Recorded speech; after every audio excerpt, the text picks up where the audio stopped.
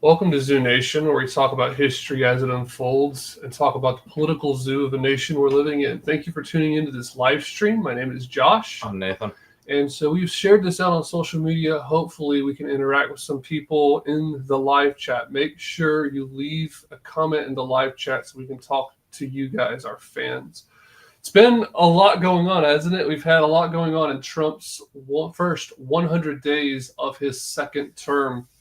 Overall, I would give him an A. I would give him probably a high B or an A, just a straight A. I wouldn't say an A minus, but he's doing a lot of the right things. There certainly have been some hiccups. There's been some mistakes made, and we can cover that, but we should also focus on the positive. And on that note, on the positive side, we didn't get President Harris. Yeah. you know, thank God we didn't get President Harris. That would have been really, really bad. And if anyone doubts that, pretty easy to see, because it would have been a continuation of Joe Biden, just Joe Biden's successor, the vice president that we had for 4 years. The first female vice president who did nothing to unite our country, but who really didn't do her job just in general. I mean, she gives speeches and just repeat herself about the passage of time and things like that.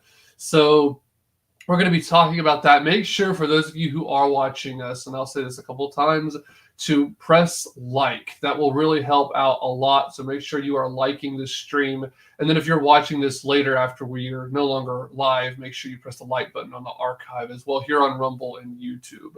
And if you're not already following us, if you're not already subscribed, make sure that you do so. Of all the things that he's done so far, Nathan, what would you say is your favorite? I mean, just the no tax on tips. There you go. Yeah, that's the no tax on tips is good. People that have problems with them, I think the people that have problems with them don't understand what they're talking about, in my opinion. But yeah, no tax on tips is great, especially being a guy who's been in the, in that industry as far as the food industry and everything. It sucks when you get your your tips taxed and everything like that. So yeah.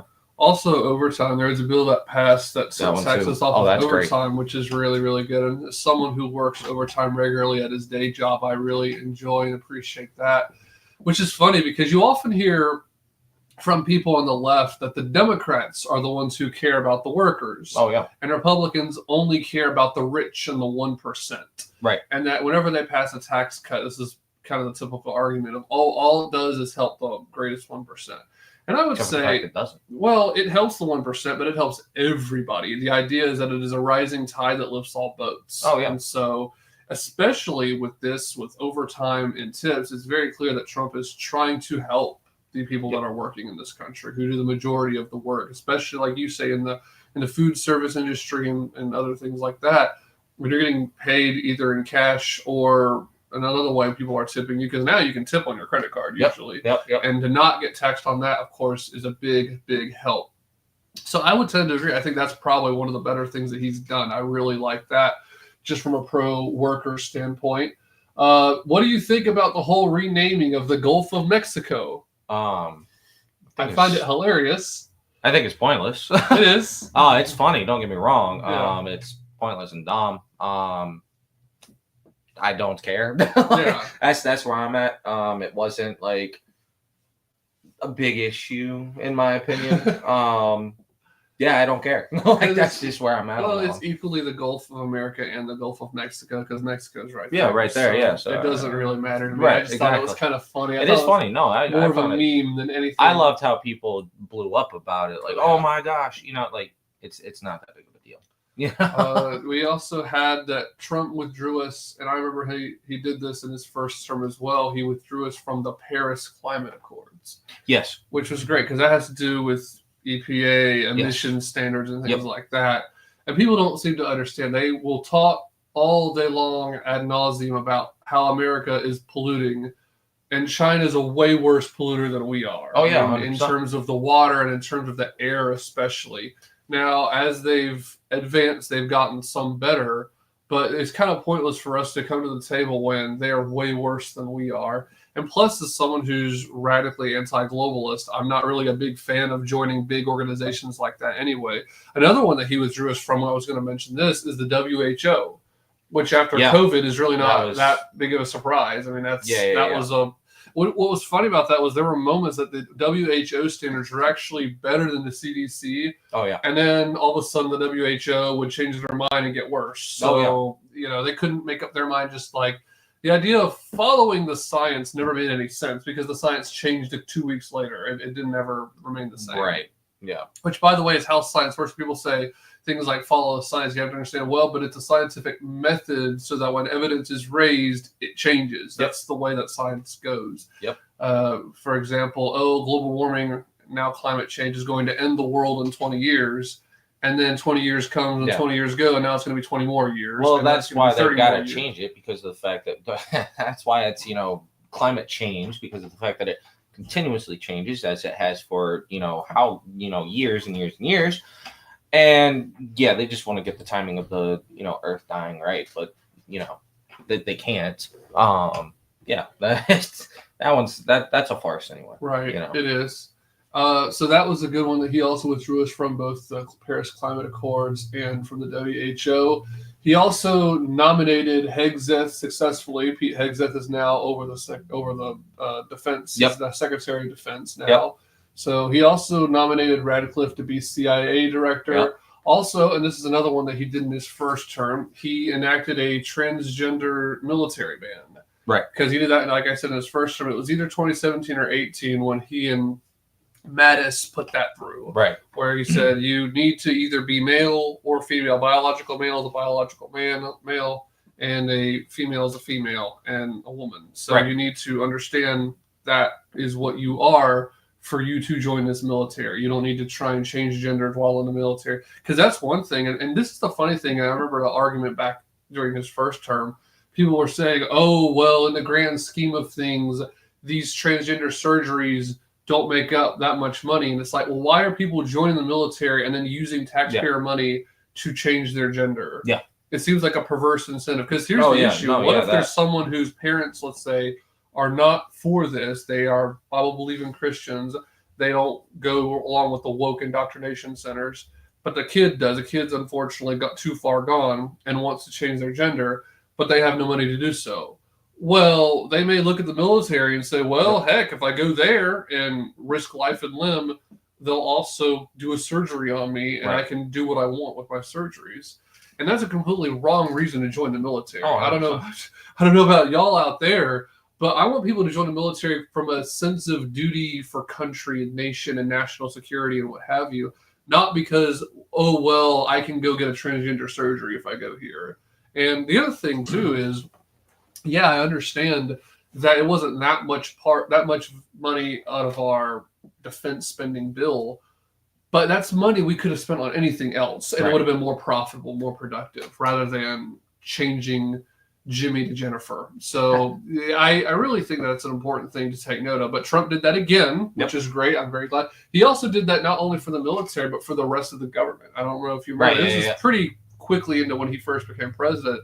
He said, all right, we are now going to have strict rules. You either need to be a man or a woman. We're not dealing with transgender and non-binary stuff in the government. You need to know what you are to serve, which makes sense to me. I mean, if you're disconnected from reality in one way, how do we know you're not going to be disconnected from reality in another? And then the other problem is these people, if you are woke in one way, in other words, if you are transgender, your likelihood to, for example, be woke on race or other things like immigration goes way up. You are going to be very socially liberal if you are transgender. So I don't particularly have a problem with that either. The other thing that he did, and actually I don't know if we've done any talking about this in an episode, but there's also been tons and tons of people that have been either laid off or bought out. Because Trump, he didn't always go in and say you're fired or certain people in the administrative agencies. But he said, hey, how about we have you retire early and you can have a really nice severance package, a really nice benefits package when you leave. And a number of people have said, you know what, this is actually too good to pass up. I'm just going to take it. And so there's been a number of people who have left. And that's another thing that Trump did that had the left furious because they wanted the deep state to stay in there. Right. Which really goes to show that of the people who who try to say, who claim that they're anti-establishment and on the left, that they're not. Yeah. Doesn't that come across to you? I've been doing a lot of talking, but doesn't that come across to you as a contradiction in terms I'm on the left, but I'm an anti-establishment? 100% is. No question. I mean, you can't be on the left and anti-establishment, especially with the way it is nowadays. Right. Yeah, no question. Especially who on the left actually calls out the establishment. I can't think of anyone. I mean, I guess Bernie tries as far as tries to make it look like he does, but doesn't really. Past tense. Not really. He cozied up to Biden, didn't he? Well, that's fair too. Yeah. Maybe he used to once upon a time. To your point, right? Yeah. I agree with you. Yeah. Other than that, no, I can't. I can't think. Of it. No. Because he, at the time, especially in 2016, and maybe to an extent in early 2020, was calling out the Democrat, especially the Democrat Party, establishment. Mm-hmm. And look, this is one thing I give the left credit for.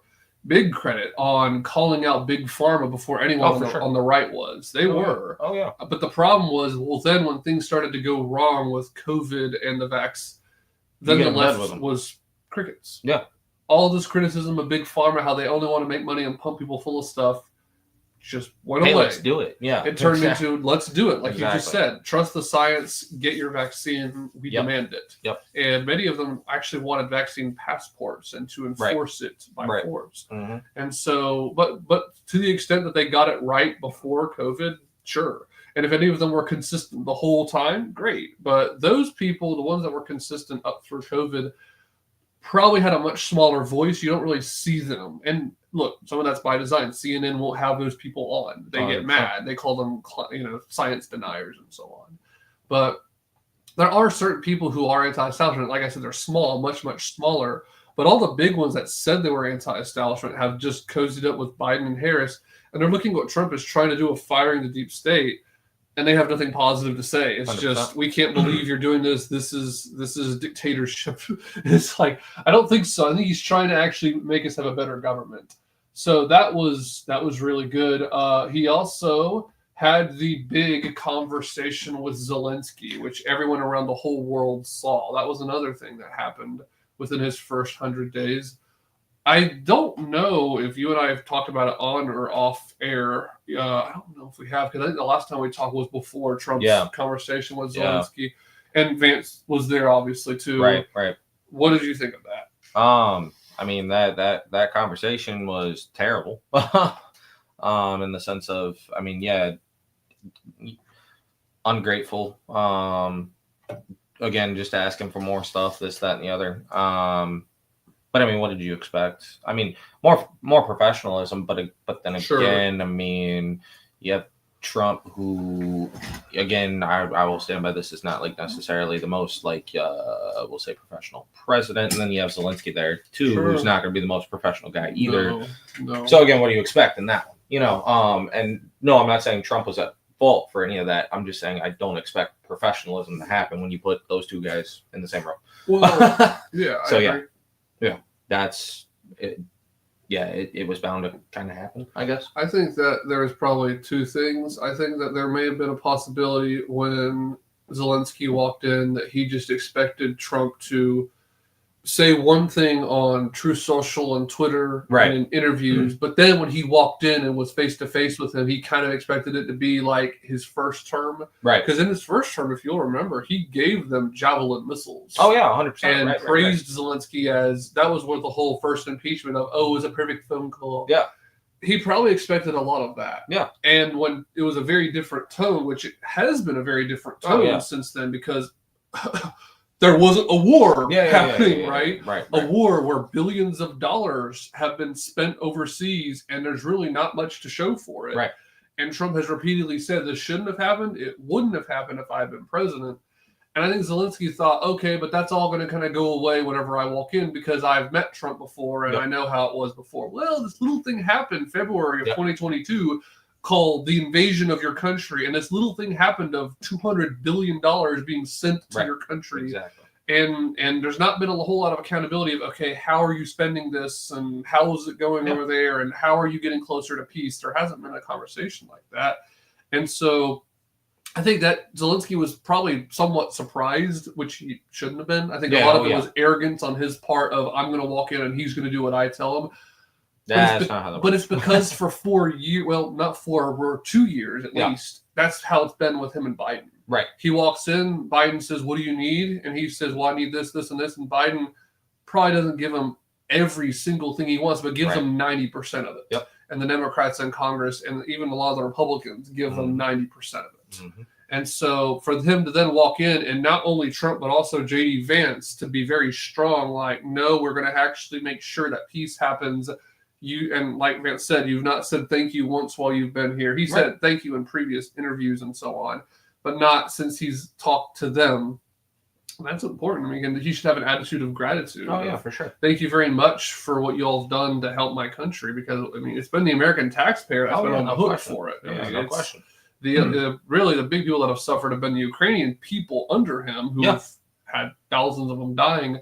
But also, as far as financially, it's been the Americans, because we've been sending the lion's share of the aid. And that was one thing that I thought DeSantis said that made some sense, which was, if we're going to give aid, it needs to be reciprocal with Europe. They need to, for example, if they give 10 million, then we can think about giving 10 million. Correct. Right. Things like that. That made more sense than just give it. Just give it all. Just we'll be the main contributors here. You guys do it. I think I would make the argument to not give any, but if we were going to do it, what DeSantis said made a lot of sense. For sure. Yeah. 100%. So, and that's why a lot of people liked that policy. But yeah, so far, well, that conversation, I think, needed to happen. I agree that it could have gone down better, but it needed to happen because Zelensky left certainly knowing that I'm not going to get everything I want. Right. And then the press conference for afterward was canceled because they were going to take questions.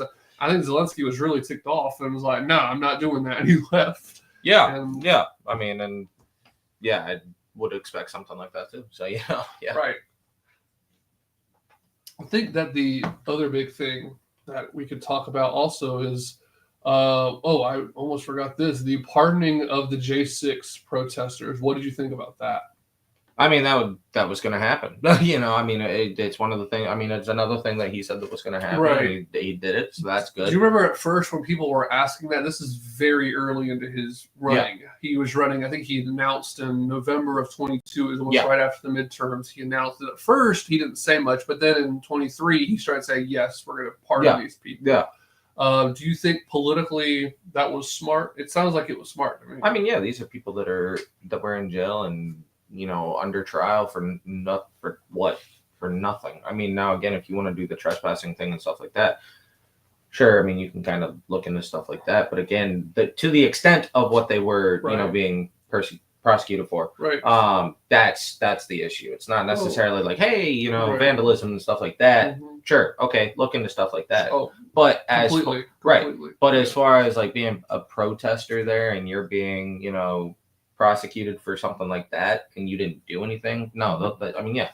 I think it was perfectly fine. Right. No problem with it. I think that the people who did do vandalism and there were people that freaking defecated and threw stuff all over. Right, exactly. That I can understand there being legal consequences, but people that were in the general vicinity who were actually, in some cases, we have footage of them being let in. Yep. That's not the same thing as the guy running in and throwing stuff all over and in some cases grabbing government papers that were left out, which that's the whole thing. Why do these government officials leave stuff lying everywhere? I understand they were trying to get out of there, but you would think that they would grab it and run. Right. But they didn't. They just kind of left. And the whole way it was handled, as Trump's pointed out multiple times, is he offered Pelosi. He said, do you want us to send in the National Guard? Well, that's good that she admitted that. But Trump at one point said, do you need the National Guard? And she said no, which Trump could have sent it in and said, look, this is a problem. We'll send in the National Guard and deal with this appropriately. Yep.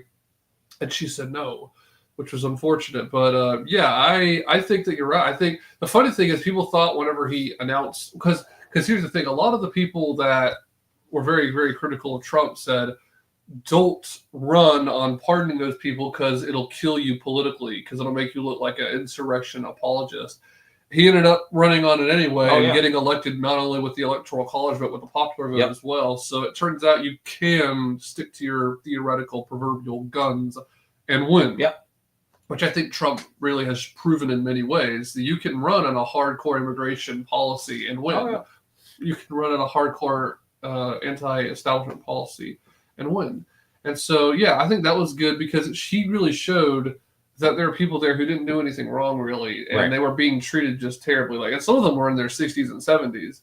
There were grandmas with Walmart flags who were being treated like they had tried to overthrow the government. And that's the thing, too. That's how the left was talking about it. The left was talking about it in terms of, oh, these people tried to get rid of our democracy. Yep. And it's like, no, not really. They didn't do that. Exactly. So that was a good move.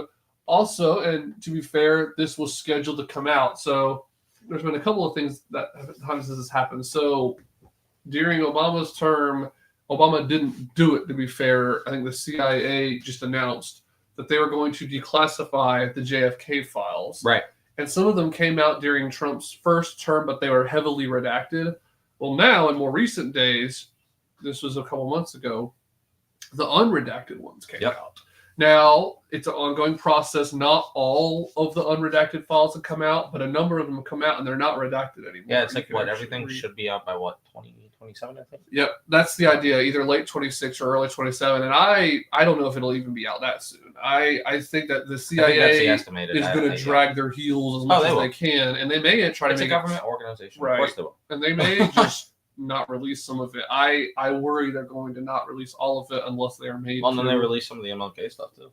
Yeah, that was the other thing that they released. And that stuff's great. Yeah, there's a lot of very interesting stuff that's come out of our government that in the 24-hour news cycle, people just aren't keeping up with, aren't following closely enough. But I wonder, this is the thing, there's a lot of people who have pointed this out more eloquently than I am, that how much of it is manipulation? How much of it is, well, these people, this just happened, and then they release some big story, some big scandal to distract. Like, I remember there was a lot of that during the whole Ghislaine Maxwell stuff. Like, when Ghislaine Maxwell got a very lenient sentence considering what all she's done, right around that time, there was a whole lot of scandals going on with the movie industry as well. And we were all focused on this actor. I can't believe he or she did this. Yep.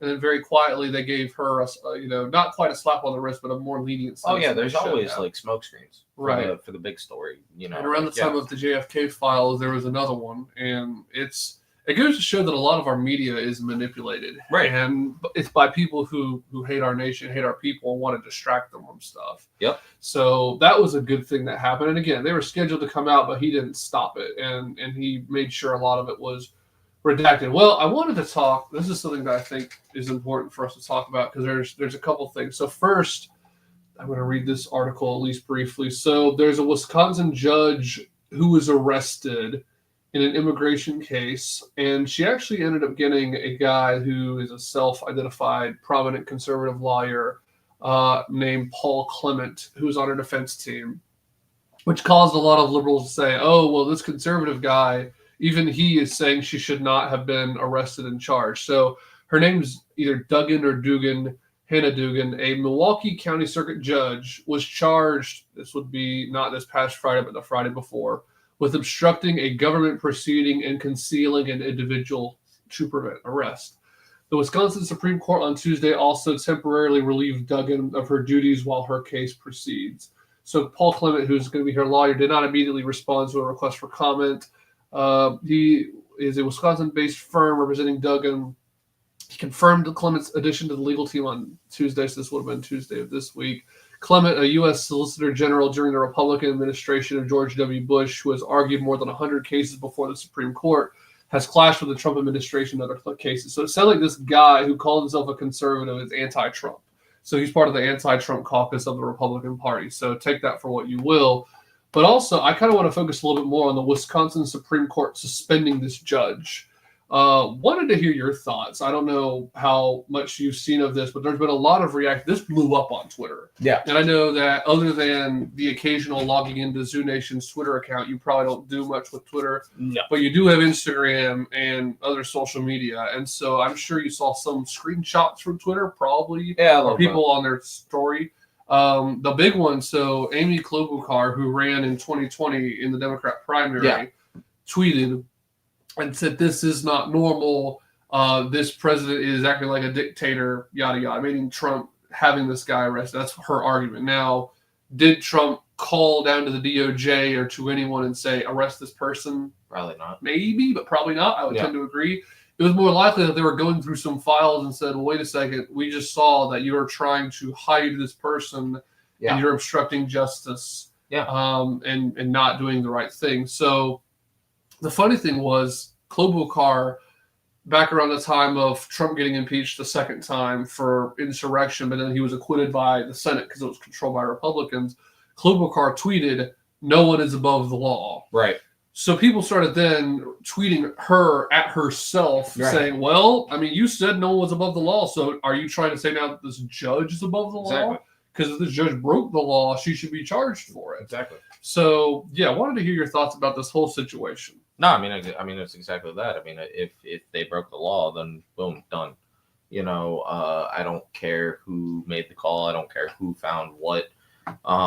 If you broke the law, you or I or anybody breaks the law, therefore you get arrested, and then you have a trial for whatever it is. Arrest doesn't necessarily mean wrong. They found suspicion or whatever, enough quote unquote evidence to arrest you, and put you in jail until you have a trial and you are released. So I have no issue with it. Again, nobody's above the law. Not you, not me, not the president, not anybody. We have laws and regulations for a reason, and therefore, I think that this was really good because it shows, because there needs to be a serious conversation in this country about the legal system. Right. Every now and then, someone like Kyle Rittenhouse gets acquitted. Awesome. I love to see that. Yeah. But then you've also got the whole thing with Chauvin, however we pronounce it now. The way that was done, that guy, did he respond completely appropriately? That's a little bit more up in the air. We can have that discussion all but day, people wanted to have him found guilty for murder, and I don't buy it. I don't. Because especially when you look at the autopsy, especially the second one, it showed that he actually died of a drug overdose. George Floyd died of a drug overdose. He had enough fentanyl in the system to kill him. That, to me, was the end of the discussion. Okay, well, if he had that much fentanyl in him, how do we know that Chauvin was at fault? To me, we don't, because especially considering he was saying he couldn't breathe before he had even really was touching him. Yep. He was in the back of the car saying, "I can't breathe." Yeah, because he's freaking out. He starts racing 100 miles an hour, and he's on drugs. And it's supposed to slow you down. The two don't go up together. No, it does not. And the whole thing. So you have that happen on the one hand, but then you also have Rittenhouse getting acquitted. Yep. And there's just a lot of bad cases that have happened where the judges get things very wrong, and there needs to be some reformation in our legal system. 100%. But this happening goes to show, well, every now and then a bad judge can get arrested and charged. And of course, I want to make very clear, this judge, like everyone else, because this is how it is in a legal system, for that legal system to mean anything, this judge is innocent until proven guilty. Of course, she should make a legal defense and show how she wasn't, but if she is found guilty in a court of law, she needs to get a fair trial in front of her peers as well. Correct. And if it is found that, yes, you did do these things that you're being charged with, then she should be prosecuted to the full extent of the law, not just a slap on the wrist. Correct. Because that's a serious problem when you've got harboring of people in this country who don't belong here. Correct.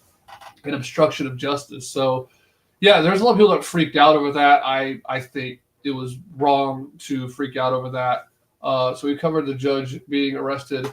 Let's talk now about the thing that really has been a topic of discussion for probably about a month now. Yep. Because of Trump declaring Liberation Day, meaning with tariffs. We're now going to be liberated from economic globalism, of being dependent on other countries, things like that.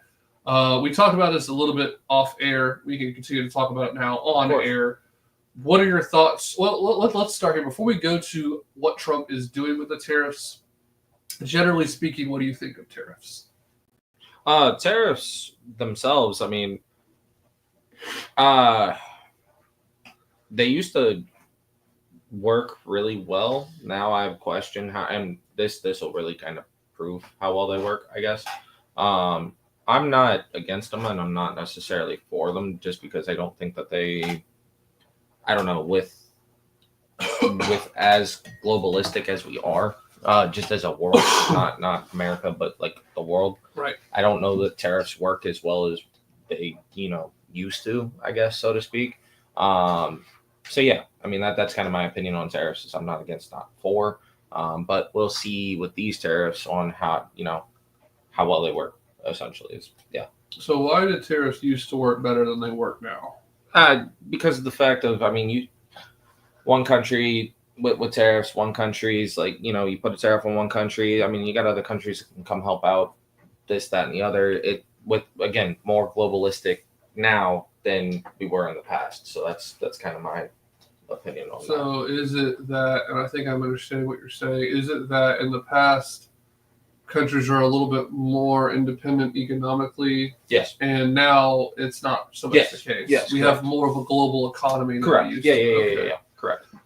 I understand Not that specifically argument. America, just the world in general. Yeah. Mm-hmm. I understand the argument. I mean, it's sort of the argument of, well, when Thomas Jefferson, for example, implemented tariffs when he was president, almost everything that America used was made here. Not everything. There were certain things that were brought overseas, but almost everything. And same for China. Almost everything China used was made in China. And now that's not really the case. We have a global economy. Well, part of it is technology. We have boats that can travel that distance. It used to be, if you had a wooden boat that can make it that far, great. But if you didn't, then you were kind of, trade wasn't going to happen. Yeah, exactly. And so now it's working. Exactly. So yeah, some of it was a geographic problem. Some of it was a technology problem. But now that we have way more technology, the world has way more technology, it's more globally interconnected. And I understand that argument. And you and I would both agree that it's tilted way too far in the globalism direction. Oh, yeah, no question. And that America needs more independence, especially as we were discussing. This really came up during COVID. People freaked out, and in many cases wrongfully so. They thought that all of our toilet paper was from China, and that because of the China virus, people weren't going to be able to get any, which caused the toilet paper rushes. Even though some of it was made there, but some of it was also made in other countries, and some of it was made here. So there's a lot of people that panic for no reason. But if all of it had been made here, or if all of our pharmaceuticals and masks had been made here, this panic would have been way more subdued. It's not to say it wouldn't have happened, because people still are going to be like, oh, we need to make sure we have plenty of masks or whatever. But it wouldn't have been to the extent, because they wouldn't have been worried about, well, if it's made in China, but we're having this virus come from China, we're probably going to ban travel from China and trade. Right. They wouldn't have panicked to the same level. And so, yeah, economic nationalism moving toward that direction would certainly be preferable to what we had back in 2020. Right, for sure. So we want to move in that direction. I think that's what Trump is trying to do. We both were talking to Prem about that. Right. And are there downsides in the sense of, could this lead to price hikes on the consumer? Yeah, it can happen, but we're already seeing that. Yeah, we are seeing some of it. It's not everywhere, but we're seeing some. Not full blown, yeah. And so we were both talking about how, because it's really undeniable that the first time the Trump economy was amazing. It did very well. There were actually more people hiring than there were people to take the jobs. Now, some of that has to do with unemployment numbers and kind of how skewed they are. And one thing, and this is a minor, but a criticism of Trump is the fact that when he was running against Hillary, he would talk about the real unemployment. There's the official unemployment numbers, but then there's the real one that also factors, okay, well, what about the people that sit at home, but they're not even looking for a job? Right. They just sit home. Because people that are unemployed are reporting, hey, I'm unemployed, I'm trying to find a job. Yep. There's a whole other group that has Just no desire to work. Does nothing, yes. And at one point, it was crazy. I was watching this one video. This person was talking about, I think it's around 5 or 6 million males that are living at home and refuse to work. They are able-bodied, but they refuse to work. Well, the reason is because they can. If they had to survive, if they were on the street, they would probably get off their butt and go to work. Yep. But in many cases, either they're sitting at home because mommy and daddy are paying their bills, or someone else is, either a roommate or something, and they're just kind of a parasite at that point. So that's where we need, because again, I say this to say, because the unemployment rate was something like 3.5% under Trump. It was way less. Yeah. Now, if we were to double it, that would be 7%. That's not that bad. It's pretty good. But there are still a lot of people. I mean, when you talk about we're a country of 330 million people, 350 million people, that's a decent amount of people that are just sitting at home, thousands, if not millions. And so the point is, in all of this going on with the tariffs, with trying to bring jobs back, there are going to be higher costs. Like you said, we've seen this in some industries. And could these higher costs damage and hurt consumers? We have a primarily consumer-driven economy. The people that decide to go out and buy are the ones who kind of push the economy. Right. But that being said, there's also another factor, which is the worker. If the worker is in a dead-end job and are not making any more money, no more raises, they haven't seen a raise in 10 years or something crazy like that, they're just moving either a machine or doing manual labor, that's a problem. Oh, yeah. You can't have millions of people with a dead-end job. You have to have some price raises. And some of it has been these companies going overseas to Mexico, to China. Yep. Which is what Trump is trying to avoid. He's trying to say, well, company, let's just say Ford. Yep. If you leave Detroit and go to Mexico, well, we're having a tariff on cars coming in from Mexico. And so who's going to buy your car? No, they're going to buy Toyotas, because there are actually some Toyotas being made in America. Not all of them, but some. Yep.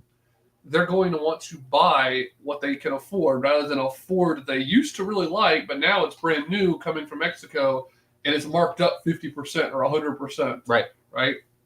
There's been times Trump has threatened to do a 100% tariff or even higher. So tend to agree, tend to disagree. Do you think this may be a messy way to make this omelet, but I think it will work? I'm not going to say I think it will work. I hope it will work. Sure. No, that's fair. I'll change think. You're not an economics student. I'm not an economics student. Right. Yeah. Again, it's kind of like the socialism case. If it works on paper, the question is, does this one work on paper and in practice? Right. You know, it work again. This I'm not saying this is socialism. It's not socialism, but again, it works on paper. Does it work? Put to practice. We're about to find out. Well, right. So the issue that I do have with this is I do have the issue of you are putting your own people knowingly into strife. You know, again, for a potential better life, I get that. The question is, were there any other alternatives that wouldn't necessarily immediately hurt the American people? So that's the question I have. And then also, you know, how big is the risk here and how high is the reward? Sure. You know, the reward is very high. The question is this risk almost guaranteed to pay off, or is it like, you know, a 50-50? Is it a 40-50, you know, 40-60? You know, where's our percentages, you know, as far as that goes? That's what I look at. So it's, again, it's concerning for me, in my opinion. I'm not necessarily against it. Just the questions of, were there other options on the table besides from, you know, crashing everything for the most part? Because you know, we've talked about in the past that the left has this idea we need to destroy everything, but they don't have a plan of rebuild. Sure. My question is, all right, so we basically kind of took that. The question is, do we have the plan on rebuilding?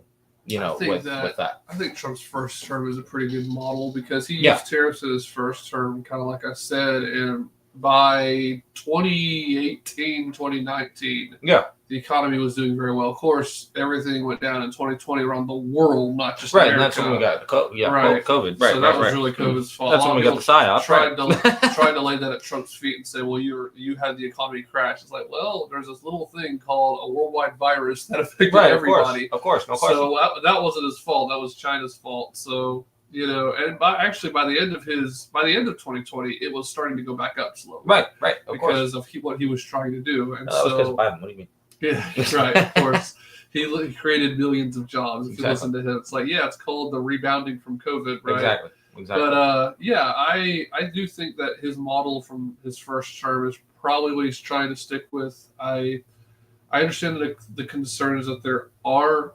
You and I said this off air when we were doing the prep for the show. I think the biggest thing here is going to be in 1 year. So it's now May of 2025. Yep. By May of 2026, the overall prices need to be lower. Oh, 100%. Because especially gas. Yeah, that's a big one. And look, all of these, what's the term, programs and initiatives to drill have been shut down by Biden. Oh yeah, no doubt. I have no question in my head who caused the issue. Yeah, we don't want you to drill. That's what Biden said. We just can't make these issues worse. Right. But, and look, a lot of these initiatives are now reopening and programs are reopening, but we're only 3 months in, or now 100 days, so 3 months and 10 days in. And it's going to be slow moving. It's not going to be a sugar rush of boom, oil right away. That's not how that works. Right, of course. No, yeah. So with that being said, what needs to happen, though, to your point, is okay, a year and 3 months, we need to be seeing the gas prices going down, which I believe that we will. Yes. And we also need to see overall costs go down. So eggs, eggs especially. We both have the same thing come to our mind. Milk. It's a high protein diet, man. Yeah. Oh yeah, man. And so that needs to be coming down, and so does everything else. And because what will happen is in a year, as we start going into the 2026 midterm, the Democrats will say, well, you guys are complaining about Biden-inflation, and now we got Trumpflation, so what are you guys complaining about? It's going to be an issue. And as you pointed out in the prep, they're starting to say that. Yep. Now, we're only 3 months in, so it's completely so we're still unfair. on Biden-inflation, just it happens to be under Trump. So therefore, he's trying to fix it. I mean, this guy was in for 4 years. Trump's trying to fix in 3 months what was done 100%. For 4 years. So it's going to take time because of just the dumb economic policies. So with all that being said, it's important to keep an eye out on the prices. And if everything is going down, I think that there's a solid chance that the Repubs hold power. That probably the Senate will stay about where it is and the House will stay about where it is. The House will probably gain just a little bit. Money talks. Yeah. I mean, and if people have more money, again, most voters are single issue voters. And those typical single issue, a typical single issue tends to lie in, well, my wallet is empty. So you misspelled uninformed.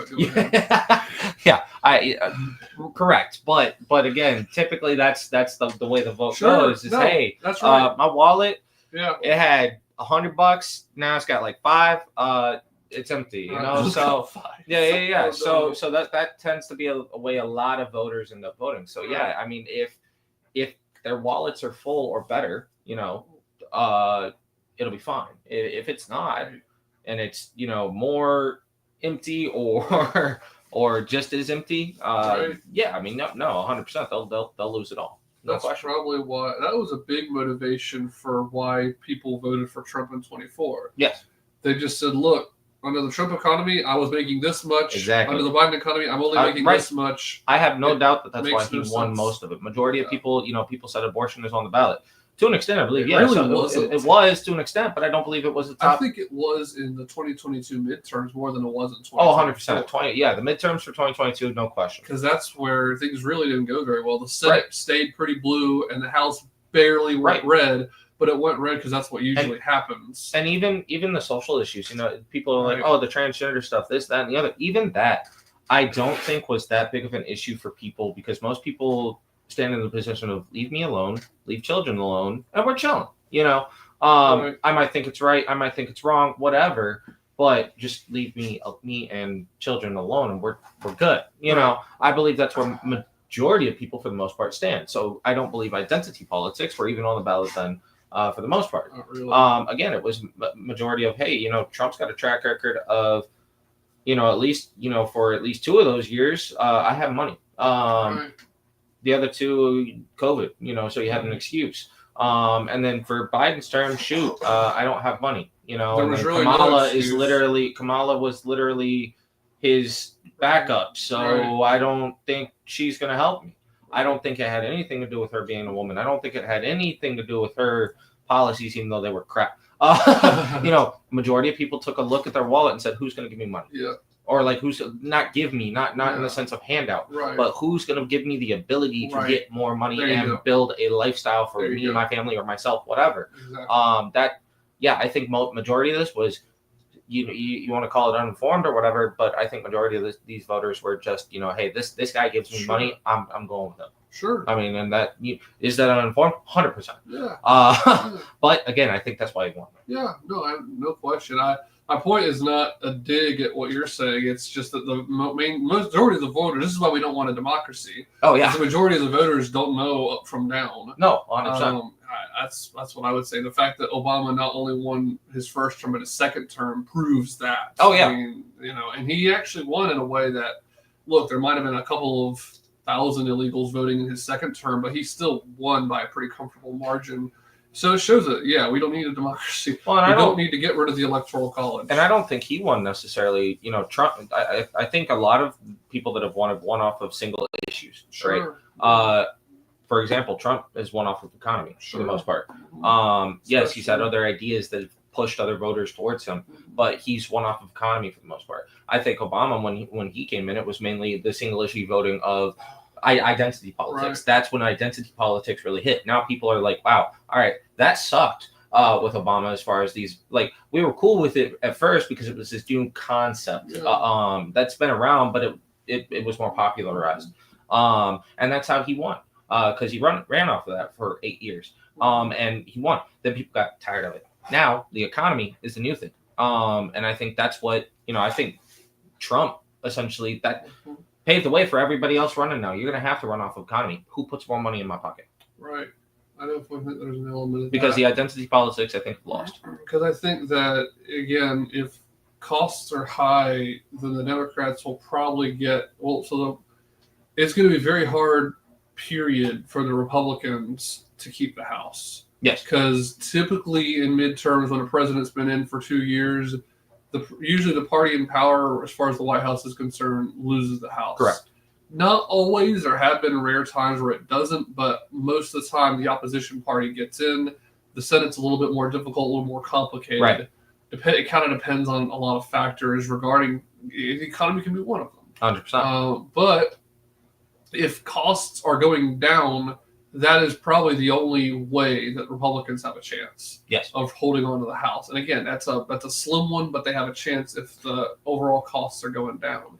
Because back in 2018, costs were starting to go down, and then that's when AOC got in and all these other Democrats. The only way that I think that they wouldn't, even if costs were coming down, even if costs like stagnated or went up, whatever, is if the left decided to hard push identity politics again, and then you're just going to annoy people. Well, yeah, that would blow up in their face, is what you're saying? Yeah. So if you push identity politics again, people are just going to be like, nope, I'm going to stick with these guys who don't push that. If the DNC, so more or less what that could look like would be like if the DNC says, all right, this is what we're going to do here in the 2026 midterms. You need to be black and trans to run. Yeah, trans stuff the like kids, that. trans the kids, open up the bathrooms, open up the sports, blah, blah, blah. Whatever, like just anything and everything, go. That's going to take people off. Sure. Because for the most part, I do think majority of just American people have, at least, again, not necessarily traditional ideas, but just your idea is your idea. And unless I want to be involved, leave me out of it. And my idea is my idea. Unless you want to be involved, leave me out of it. And also, just don't hurt people. That's the view that I believe a lot of most Americans have is just and then when you start trying to push these ideologies that potentially hurt other people or just get people too involved with other people's lives, that's where it ends up blowing up in people's faces. So if the left does that, yeah, they're going to stick with the Republicans. Well, this is an interesting discussion. What's the likelihood that they do? I would say very high. I mean, yeah. The question is, do they learn? That's the question. Do they adapt and evolve? Thus far, we haven't seen that. They've pushed the stuff until I would hope. Well, quite honestly, I don't hope that they've learned. No. Because it's a recipe for losses. So I mean, I'm cool with that. But I don't know. Have they learned? I don't know. I mean, AOC. I mean, I think to an extent, even she had came out a couple times and said some stuff of relaxing a little bit, not much, but So she removed her pronouns from her bio on Twitter. Right.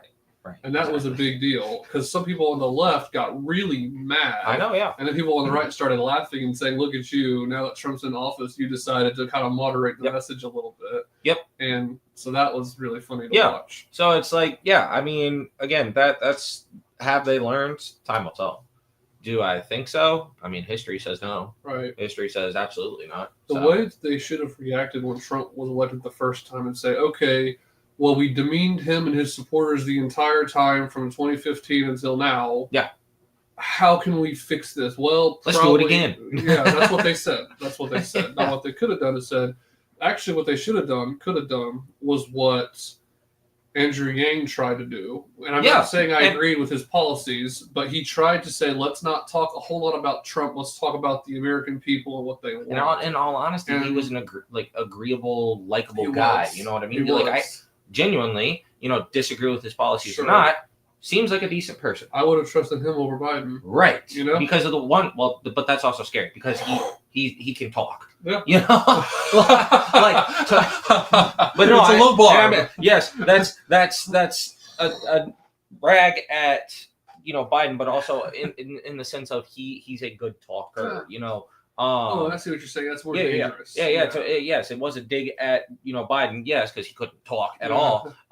But no, he's well spoken. Well, sure. He was well spoken, but also that something like that can be kind of scary coming from the left. As far, right. Well, and then also Obama was a really good speaker. You're Obama right. Again. That's also another thing that won him in is because of the fact he was a good speaker. Yes. In all honesty, I don't think he'll ever win, but Buttigieg is a good speaker too, which is terrifying. He can be. Yes. He's a good speaker. You don't know what he's talking about, but he can make it sound really good. He was the other one that kind of came to mind as far as people that were trying to sound a little more moderate. Buttigieg kind of did that. And actually, for a little while, so not in the first debate, but Klobuchar kind of tried a little bit of that too. Now, it fell apart as time went on. She started, attacking Trump more often. Right, of course. And in the first debate, she went hard at Trump. But after that, she kind of moderated a little bit.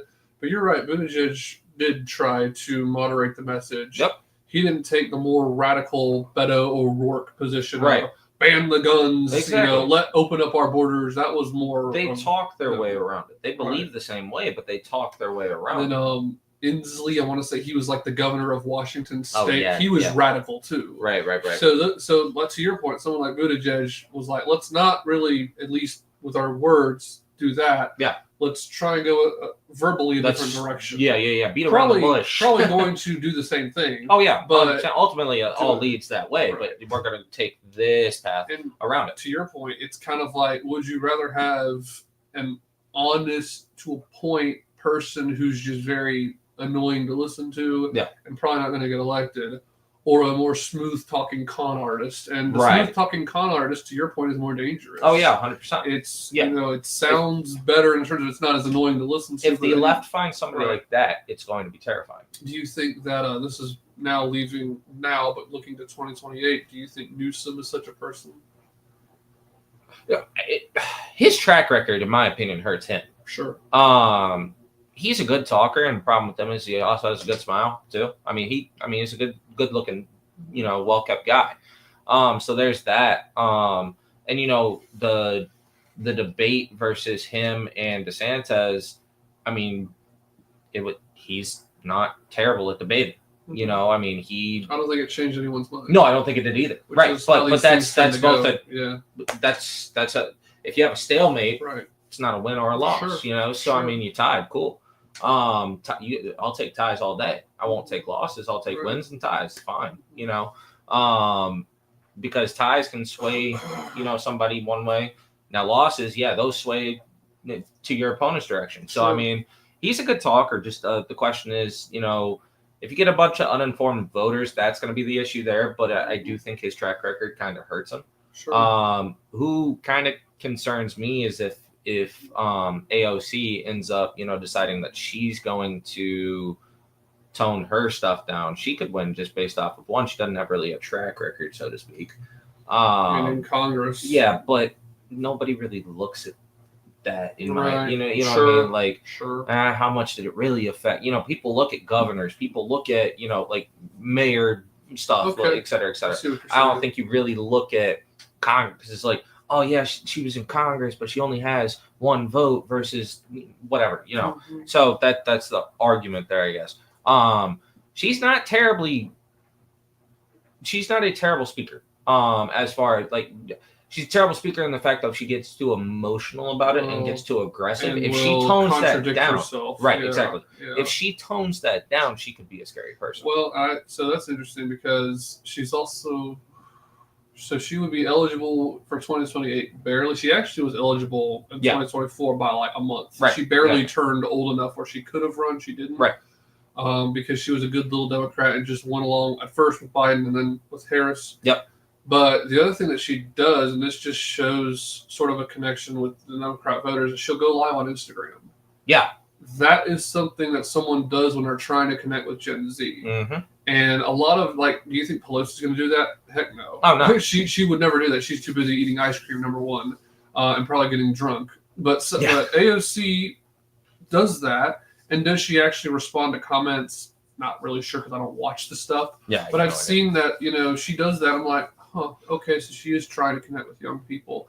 And that's important because young people, especially like they'll be voting. Y and Z, are the one. Now, Zoomers were able to vote in this past election. They're going to be able to vote, obviously, in the next one. Yep. And then after that, Alpha is going to start coming into the picture a little bit. Yep. At 2032, Alpha won't be able to vote, but they're going to be able to remember the debates and stuff. Right, correct. So that's important for them to be able to be on social media. Social media is Pandora's box. Everyone underestimated it, thought, it's just kind of a little pastime. People are now able to, 2024 prove that you can go on YouTube, on a YouTube podcast. Joe Rogan did this with a candidate, Donald Trump, and get millions more views than CNN and Fox News. So social media and YouTube and Rumble, places like that, are very important. And to your point, AOC could be kind of scary because she doesn't have a ton of charisma organically, but she could be taught. Yeah, she absolutely could be taught.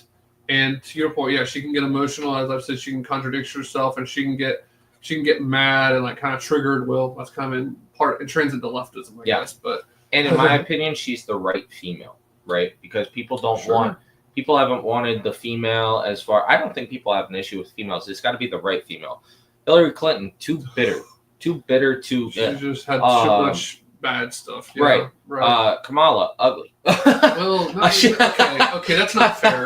That's not fair. That's 100% fair. No, it wasn't about her physical. Looks play a factor into some people's voting. You have to be somewhat. Sure, but Donald Trump's not the most handsome guy in the world. He's got a winning smile. 60 or 70 years old. He's got a winning smile. For his age, he's a pretty decent looking guy. Her thing was not looks, it was the weird laugh and other stuff. Okay, I'll give you that. All right, fine. It wasn't physical, it was the cackle, which scared the crap out of people. Yeah, it's all right, there we go. I'll give you that. Serial killer, Joker laugh. I'll give you that, which scared people. Sure. And then actually, that's funny thing. I mean, in many ways, she reminded me of Clinton because her whole background as a prosecutor was weird. Clinton's background being the wife of Clinton, right? The Clinton Foundation and stuff like that. They both had a lot of baggage that sort of came out as time went on. AOC doesn't have that we know of. No. AOC doesn't have that baggage. One, and then two, if she comes out less aggressive, she's going to come out more caring, which is what people want out of the female runner. They don't want this. Sure. They don't want the aggressive Hillary Clinton female. They want. Yeah. I mean, and that was really a lot of back to she's of color. Back to Clinton. That was a lot of Clinton's appeal was the moment he was debating Bush and said, "I feel your pain." Yeah, that was a big moment. And so if she runs a campaign very similar to that of "we feel your pain" sort of thing of the emotions, it shouldn't be. But there are a lot of voters who will resonate with that. They shouldn't look at feeling your pain. They should look at solving problems that actually work. 100%. Solutions that work. But we're here telling people we don't live with a populace that's like that. We live with a populace of people that are led in many ways by their emotions of, well, who seems to care?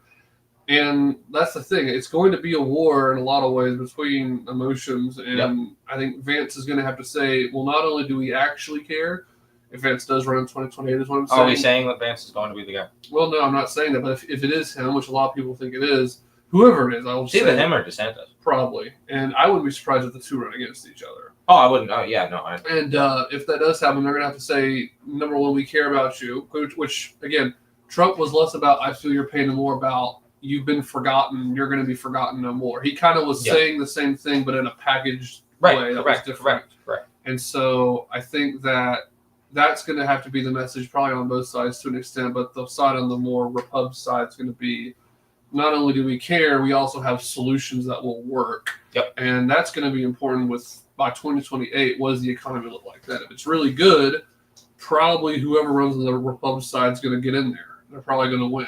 And it could get ugly if it is DeSantis versus Vance. It depends on how each one conducts himself during the debates. But yeah, before we go there, let's just finish up on the Democrat side. I would say, yeah, I think there's no way AOC will not run. She will run. Yeah, no question. At some point. I think 2028 is probably going to be when she at least considers it. She may run and lose the primary. It depends on who runs against her. Right. And because there may be someone that comes out of nowhere. Trump was a big celebrity, but his political career came out of nowhere. No one really expected when he ran. They thought it was a joke, and then all of a sudden he started polling really well, and he never went down. Exactly. So it could be that there's someone that is staying on the Democrat side. Do you still hold that Obama, meaning Michelle Obama, will eventually run? Do you think 2028 is her year, or what are your general thoughts? No, at this point, I think she's too. I think that's kind of died off. I think I think that momentum has died off. If you were going to run her, you should have run her now. I think that's probably done and over with. I could be wrong, but I think it's time. I think the Democrats are going to run with somebody newer, younger, and less baggage. So it would be Newsom, AOC, and I don't know anybody else. Yeah, it's hard. It really is, because so many of them, and when you look at the cast of characters from 2020, I think a lot of them will run again. I think Buttigieg wants it. I think Beto. He'll run. I don't think he'll get it. I don't know if he will or not. I mean, there's a lot of people. If that didn't politics thing will work, as a gay man, he might. A gay Christian man. I don't. Yeah, right. Anyway. So there's him, and then there's and I think she's fallen out of favor a lot. Kirsten Gillibrand, I think I don't know if it's Kirsten or Kristen Gillibrand. Yeah. She ran in 2020. She will probably run again, and I don't know if Klobuchar will. She's kind of getting older, so she probably won't win if she does run, because probably what people will say is, we've seen an older candidate run. It was called Joe Biden. Do we really want to do that again? Probably not. They're probably, to your point, going to go with someone younger. So yeah, I think AOC would be in the running. I think The Rock's going to run. Yeah, eventually. I don't know how At soon. some point, genuinely, that was a joke. Do you but think genuinely, he'll run- at some point, I could see it. Do you think he'll run as a Democrat or an independent? Democrat. Probably. I don't know. Yeah. He might try to run. But genuinely, I actually do. I made that as a joke originally, but no, I could actually see him running.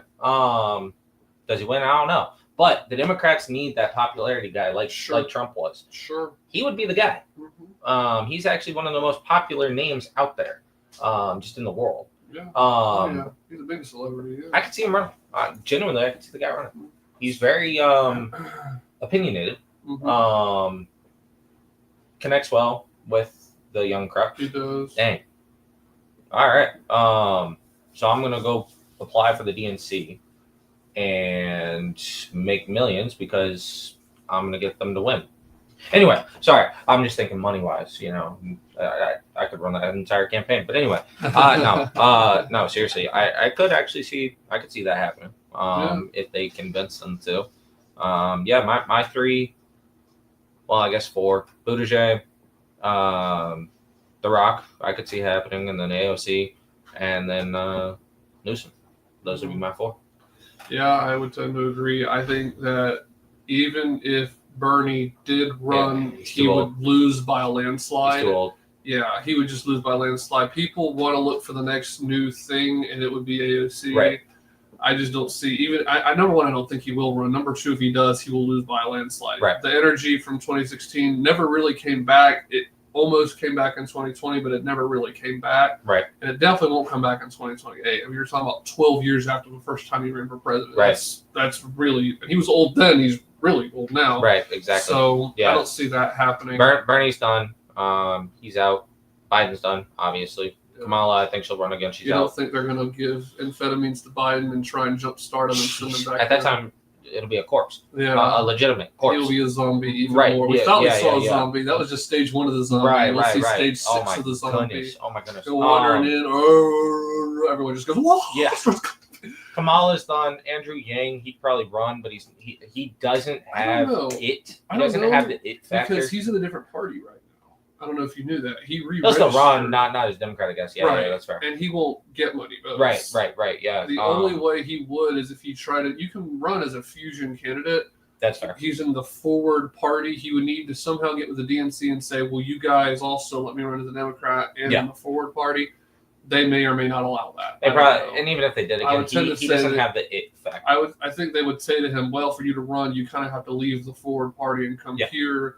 And I don't know if he would do that. I think he genuinely has some amount of principles, good or bad, and he wants to stay like a cool guy. in the forward party. I think he does. Outside of politics, he seems like a cool guy. Yeah, I think he's decent. Yeah, but I don't know if he will run. If he will run, he'll probably be like getting 100 votes, a couple hundred votes. Yeah. Oh yeah. He wouldn't win. He wouldn't get very many. Yeah. There's no shot. I'm not really worried about him. The only thing that would be a little more dangerous is if he left that party, but I don't think he would get it. Yes. Because frankly, I think for him to do that, we would not recognize him. He would have to put on the anti-Trump and anti-MAGA hat.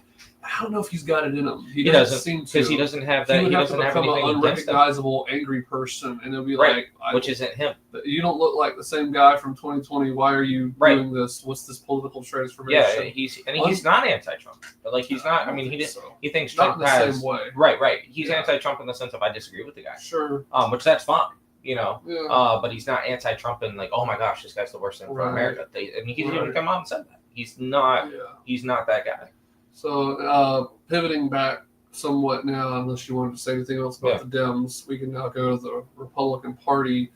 You said you think, let's go one by one. You said that you think that DeSantis will run again. Why do you think that is? Well, Trump's already said he's going to look into a third term.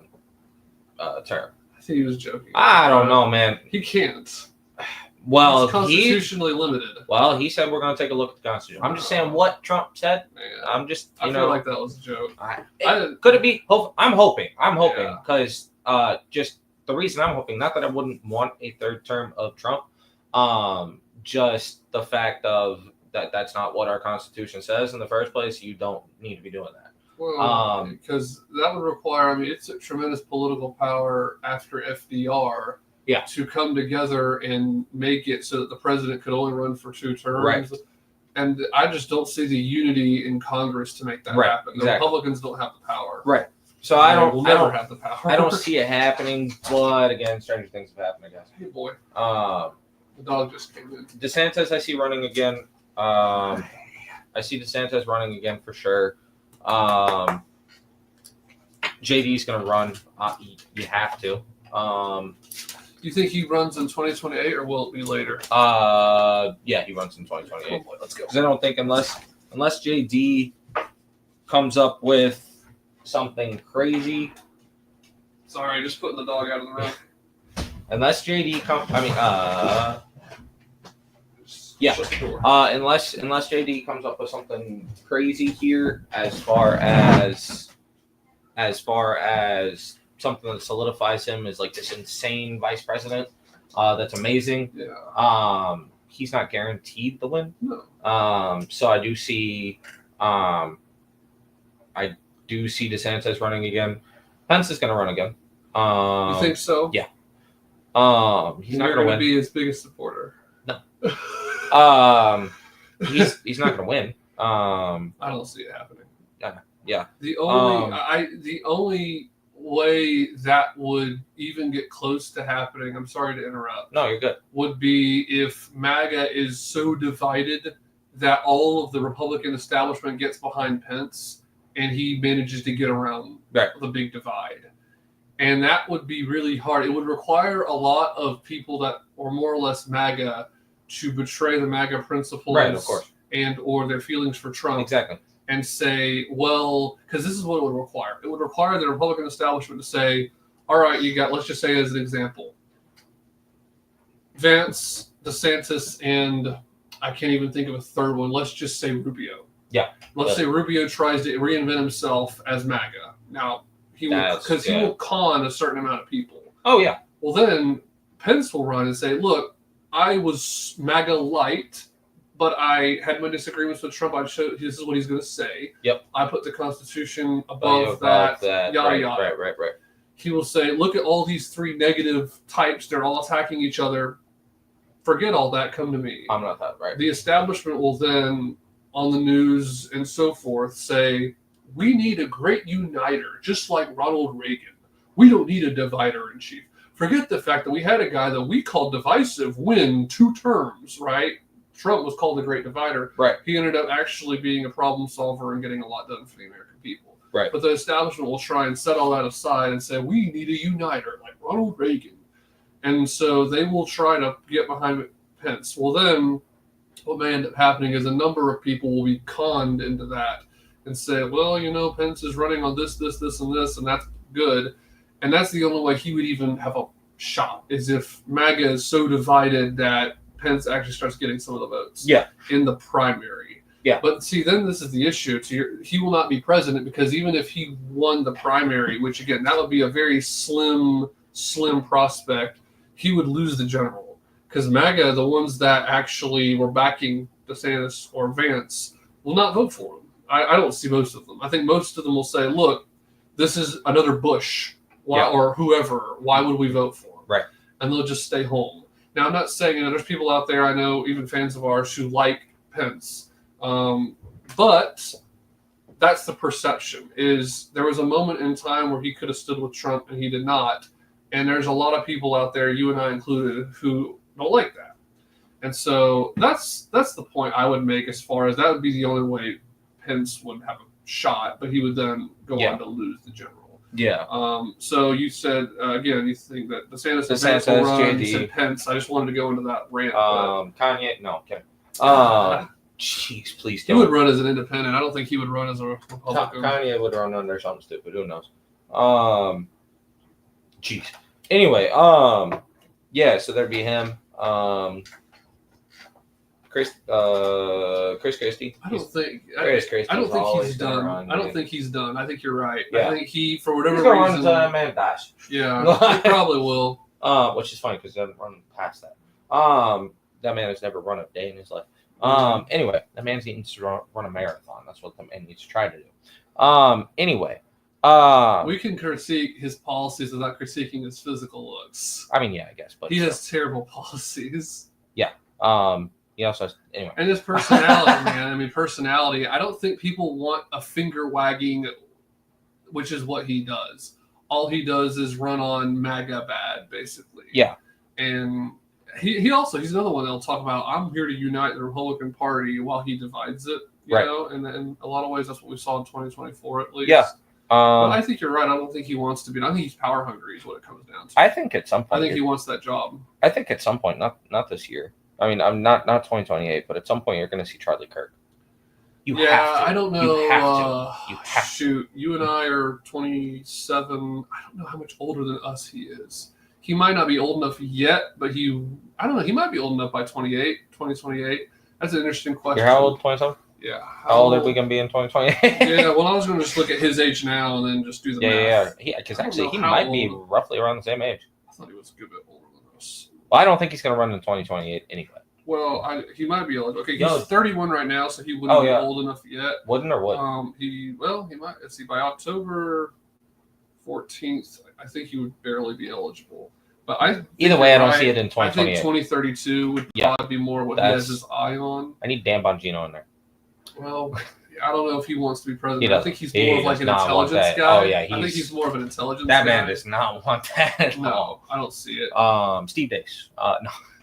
He might. I don't know. No, he's not. I don't know if he has the desire. No, he doesn't. He's not going to run for president. Really see he would never run for president. I think he'd prefer to be a political commentator. Well, yeah, he likes the commentator. He likes the commentator, and then also fiction. He does all that. Right. Stuff. He likes the commentator. He likes what he's doing, and then also, if anything, he's just going to help a campaign. He helped with the DeSantis, and then also he helped with what's his name back in 2020, the guy that ran against Trump. from Texas. No, I don't, if it was 2020, it wouldn't be. I mean, it was Cruz in 16. I mean, Cruz. That's in 16. That's Yeah, what I not meant. in Yeah, 20. In 20, Dace, it was a different guy. Dace helped out with the 16 Cruz campaign, race, and then also helped out with the DeSantis in 24. Right. So yeah, I don't see him actually. I think running. it'll be a ton of people in 2028 running. I wouldn't be surprised if Tim Scott tries again or Haley. I think Haley will definitely run again. She won't win, but I think Haley will definitely run again. Yeah. I think Vivek's not done. I think Vivek will run again. I don't know. Vivek. Yeah. I don't know how soon, but he's not done. He's got potential. I think it comes down probably to JD, DeSantis, and probably Vivek because he can talk. Right, and then like I said, the only way really he'd be the third one because then if it was them, I think Cruz wants to run at some point. I don't know how soon. I think a lot of what he's doing with this podcast called Verdict is trying to get with young people and get in their eye. And he will eventually run for president. Now, I don't think he has the right mindset, goals, or personality for it. I think he's way better as a legal scholar or as a legislator, frankly, than he would be as an executive. I just don't really see him having the right skill set. You think Joe Rogan ever runs? If he did, he wouldn't run on the Republican Party. No, he wouldn't. He'd probably run as an independent. Yeah, he wouldn't. But I don't even know if he necessarily should because there's a lot that I disagree with. Oh, he definitely shouldn't. He's very socially liberal. Oh, yeah. He's not on 100%. the trans issue anymore. He's more kind of in the middle on that one. But on everything else, he's very socially liberal. 100%. On abortion, you name it. 100%. He's very socially liberal. Yeah. But he might, I don't know. I don't think he has the desire to, but he may end up doing it. I don't know. I do actually see The Rock actually running at some point. I agree with you on that. I definitely see I think him he has doing the desire to eventually. Yeah. I think that for him, a lot of it would be about ego and cult of personality. Yeah, he's got the ego. Wanting to do it. Yeah. So, yeah. I think that you're right about that. Other than that, I don't see anybody other shocking. I don't see like a... what's the guy's name? Burgum. Burgum is currently in the Trump administration. He's not bad. And he could probably run again. He's not bad. Just he's not well known. No. He doesn't have he's not well known out there. So I mean that's a big thing with him. But I'm trying to think, are there any like diamonds in the rough that like come out of nowhere and like, wow, this guy's got a shot? The only one again is Alex Baldwin. No. The only one that I see Hey, look at the bright side. If someone tries to shoot him, we know he's capable of shooting people. He'll shoot back. Yeah. The only one again that I kind of see coming out, out of nowhere for people, is The Rock. Yeah, I think that campaign would be so cool. Possible that he would run it as a Democrat. So like I'm saying cool in the sense of it'd be cool to watch his marketing techniques and everything else.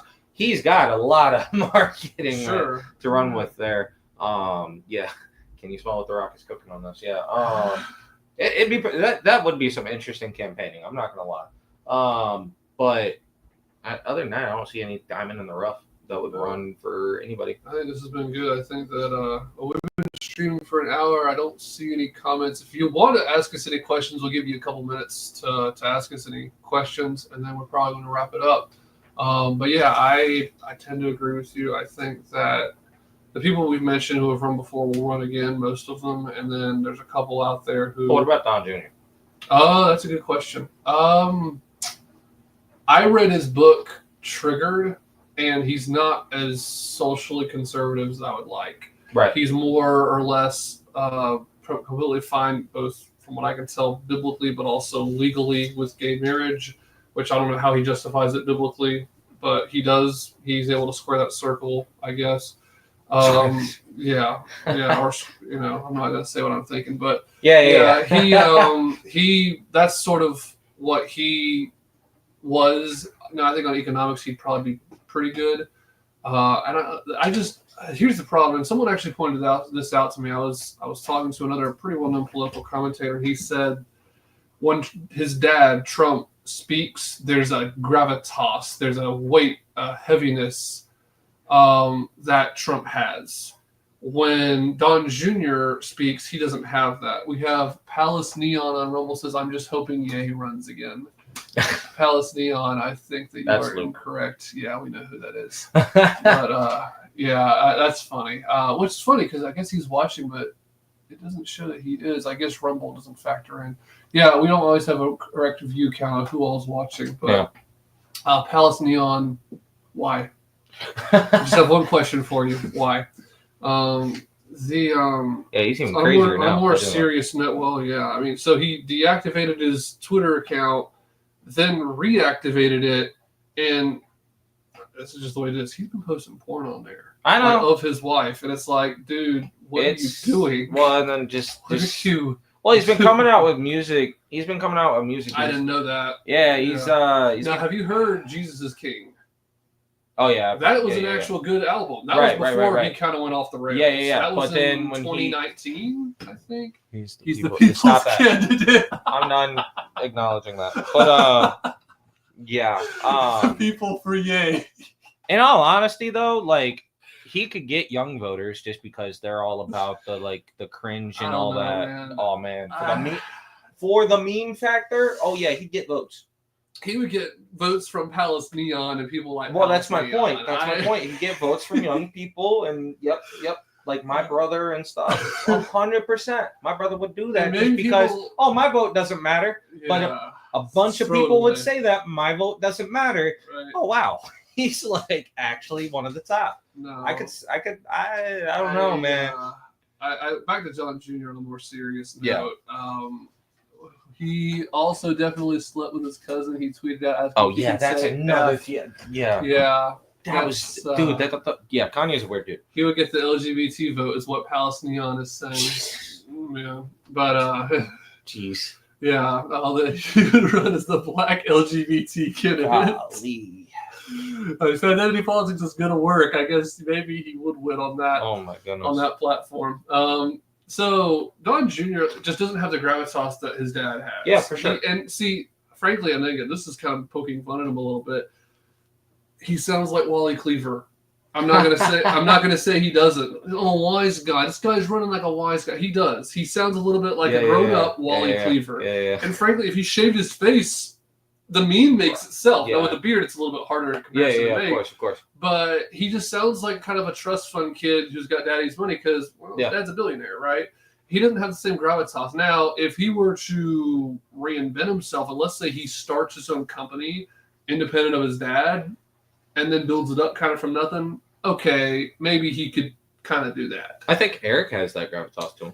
Eric has more of it. You're right. I've heard, because that was actually, so during the 2024 Republican National Committee, when Eric spoke, I actually said that. I said, okay, Don doesn't really have that. Eric also looks more like his dad. Oh, 100%. He's got the more blonde hair, and he's clean shaven, especially. You look at young pictures of Donald Trump and young pictures of Eric.